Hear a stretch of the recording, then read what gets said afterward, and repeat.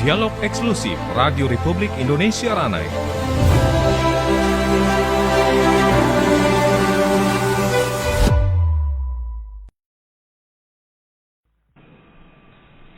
Assalamualaikum warahmatullahi wabarakatuh. Selamat siang pendengar. Senang rasanya siang ini kami bisa menyapa Anda dalam dialog khusus siang ini, berbincang bersama Kepala BMKG Pusat, ada Ibu Dwi Korita Karnawati yang saat ini sudah hadir di studio kami.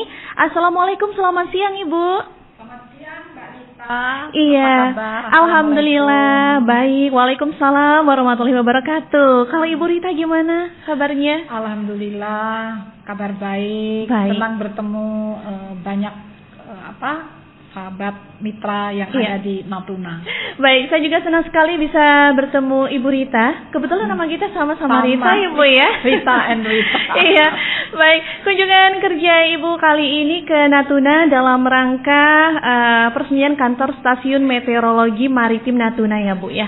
Kalau boleh tahu ini yang pertama kalinya ke Natuna atau sudah kesekian kalinya Bu? Kesekian kali. Yang pertama dulu saat tahun lalu kalau nggak salah ya, ada bencana di Serasan. Oh, di Serasan ya Bu ya. Ya karena ada hujan lebat ya, hujan ekstrim itu. Iya. Baik, hari ini kan dilaksanakan peresmian kantor BMKG Bu ya, kantor Stasiun Meteorologi Maritim Natuna. Nah, ini pasti menjadi sesuatu yang sangat menyenangkan sekali, khususnya bagi BMKG Ranai ya Bu ya. Kalau boleh tahu ada perbedaan nggak sih Bu BMKG dan BMKG Maritim atau Stasiun Meteorologi Maritim ini?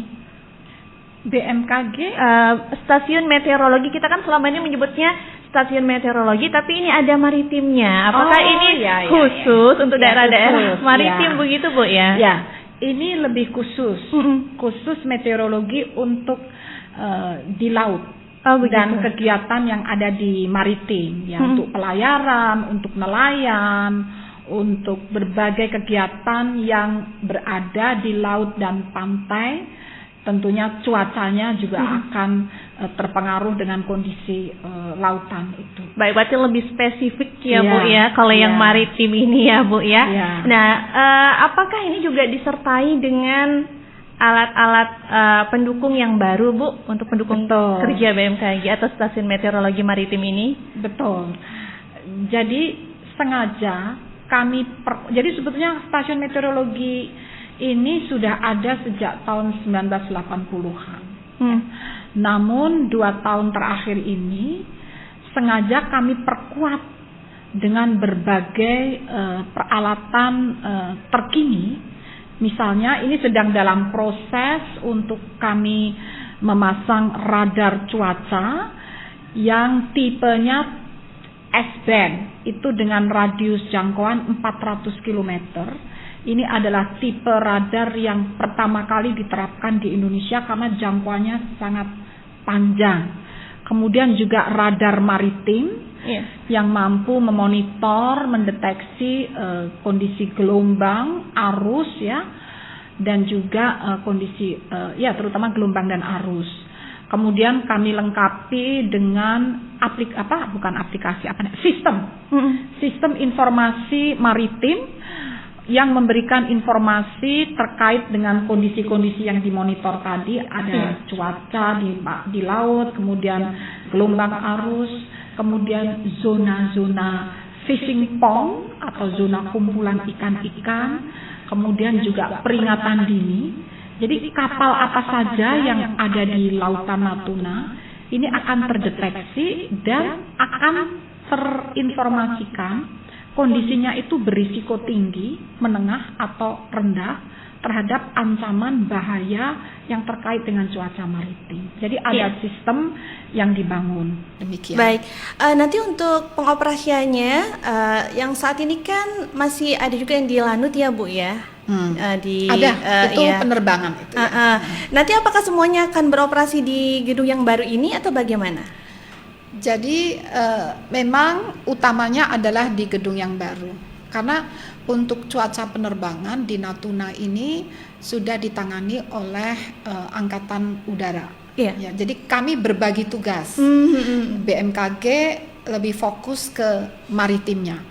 Untuk penerbangan BMKG fokusnya di Batam, di Pulau Batam. Nah, di Pulau Natuna adalah maritim. Karena apa? Natuna ini kan perbatasan dengan negara-negara lain, ada Singapura, Malaysia, ya, mungkin ada mana Thailand ya kalau nggak salah ya di lautan Natuna ini.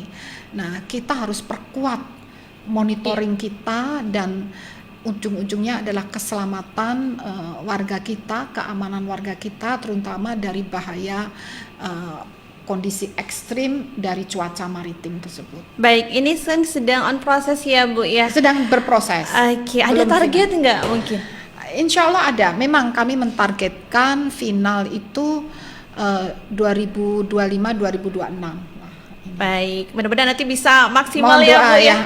Karena ini memang diperlukan sekali ya Bu ya bagi daerah Natuna khususnya di wilayah maritim ini. Kemudian berkaitan dengan masyarakat kita, ini kan banyak nelayan begitu Bu ya. Nah, bagaimana agar nelayan kita atau masyarakat kita terutama pengguna jalur transportasi laut ini bisa mendapatkan informasi yang akurat terkini dari BMKG atau stasiun meteorologi ini Bu? Mereka dapat cek informasi itu ya, selain ada pada layar yang kita pasang di tempat-tempat penting, misalnya di pelabuhan ya, untuk nelayan, pelabuhan nelayan, juga di tempat pemerintah daerah, di aplikasi mobile phone di HP masing-masing, itu juga sebelum berlayar mohon cek dulu di aplikasi masing-masing. Itu ada satu aplikasi Inaways. WEIS itu Inaways, atau bisa juga di info BMKG, tapi lebih cepat kalau di Inaways. Itu informasi yang saya sampaikan tentang kondisi gelombang, kondisi arus, kondisi cuaca di lautan dan di darat. Jadi ada data satelit gitu ya.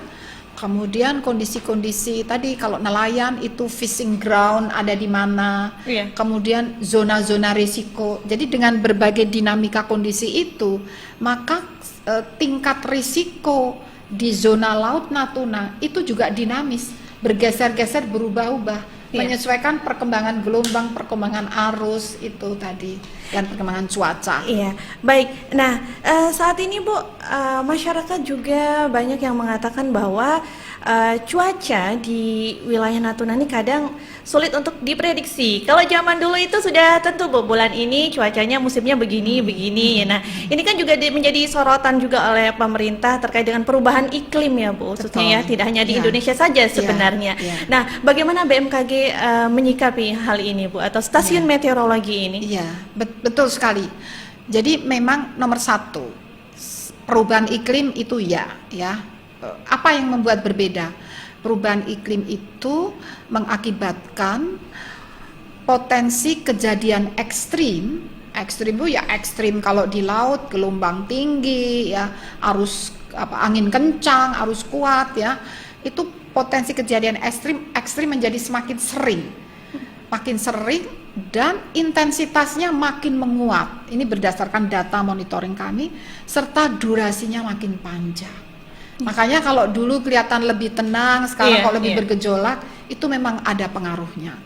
Hal yang kedua, tanpa perubahan iklim pun, wilayah Indonesia ini berada di antara dua benua dan dua samudra. Membikin kepulauan Indonesia ini yang mengontrol itu banyak. Beda kalau kita tinggal di benua ya, misalnya di Cina atau di benua Asia, di dataran Amerika, di benua dataran luas. Kontrolnya itu tidak sekompleks kita. Ini sudah kepulauan di tengah dilewati khatulistiwa, ada kontrol dari Samudra Pasifik, terjadi El Nino, La Nina, kontrol dari Samudra Hindia, terjadi Madden-Julian Oscillation, juga terjadi ada gelombang atmosfer, ada kontrol dari Australia, terjadi musim kemarau, kering, ya. Kontrol dari benua Asia, terjadi musim hujan. Nah, dengan perubahan iklim, interaksi antar kontrol itu menjadi semakin kompleks. Itu semakin, misalnya sekarang lebih sering terjadi badai tropis, Padahal dulu wilayah Indonesia ini tidak akan bisa ditembus badai tropis. Badai tropis karena berada di khatulistiwa, jari-jari bumi itu lebih panjang, rotasi lebih cepat, sehingga kalau ada badai tropis akan masuk ke zona tropik, itu akan dihalau oleh rotasi tadi, gaya Coriolis. Sekarang tidak. Kenapa Bahkan itu, Bu? badai tropis itu karena kenaikan suhu muka air laut. Oh iya. Kenaikan suhu muka air laut itu membuat terjadinya tekanan negatif yang lebih rendah daripada sekitarnya, yang ekstrim ya, sehingga terjadilah sirkulasi badai tropis. Jadi tumbuhnya pun ada di zona yang biasanya tidak bisa ditembus oleh badai tropis. Jadi sekarang memang beda. Lalu bagaimana BMKG mensikapi? Nomor 1 SDM. Jadi SDM kami, kalau dulu jabatan fungsional di BMKG itu adalah pengamat meteorologi, klimatologi, geofisika.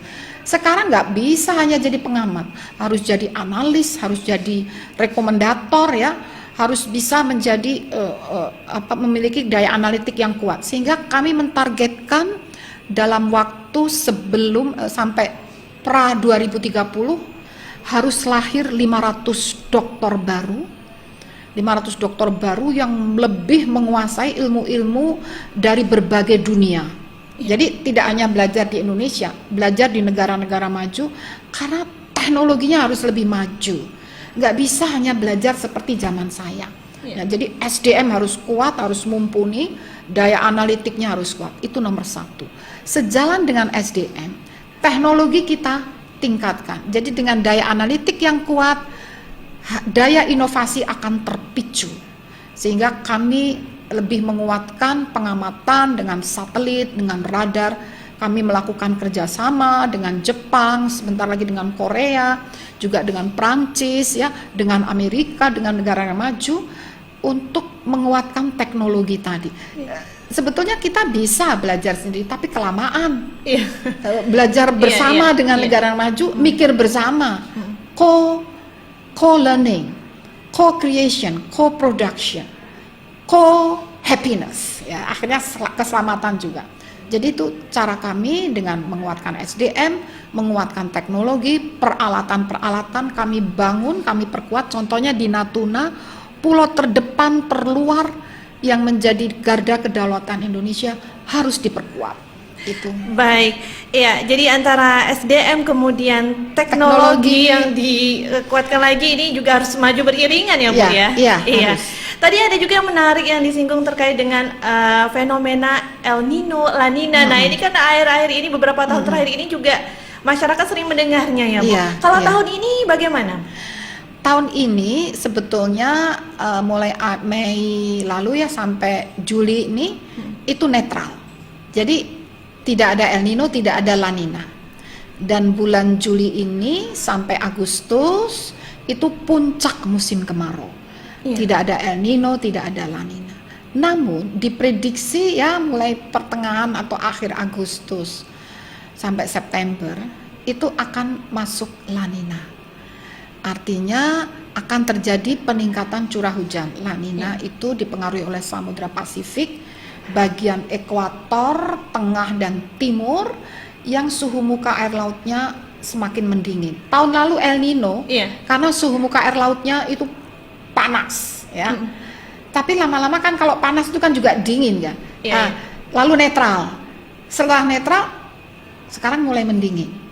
Jadi diprediksi La Nina lemah akan terjadi di Indonesia ya. Dampaknya apa? Sekitar 20, jadi ada peningkatan curah hujan di puncak musim kemarau akan terjadi peningkatan curah hujan sebesar 20 hingga 40% di beberapa wilayah Indonesia, tidak semua. Ya antara lain di sebagian Jawa, sebagian Sumatera, bagian selatan, sebagian di Kalimantan, sebagian di wilayah Indonesia Timur. Jadi demikian, sangat dinamis sekali. Dinamis ya, Beda Bu, ya. dengan zaman dulu ya. Bu, ya. Dulu kayaknya tenang-tenang aja, nggak ada macam-macam. Iya, gampang sekali diprediksi. Pokoknya setiap tahun ya begitu siklusnya, Bu. Iya, Sekarang iya. memang ada ilmu titan iya. gitu kan. Iya, Nelayan iya. kan pakai, ya kan sudah hafal ini, Iya. pakai intuisi mereka. Ya. Baik, kemarin waktu terjadi longsor di Serasan, Ibu juga sempat berkunjung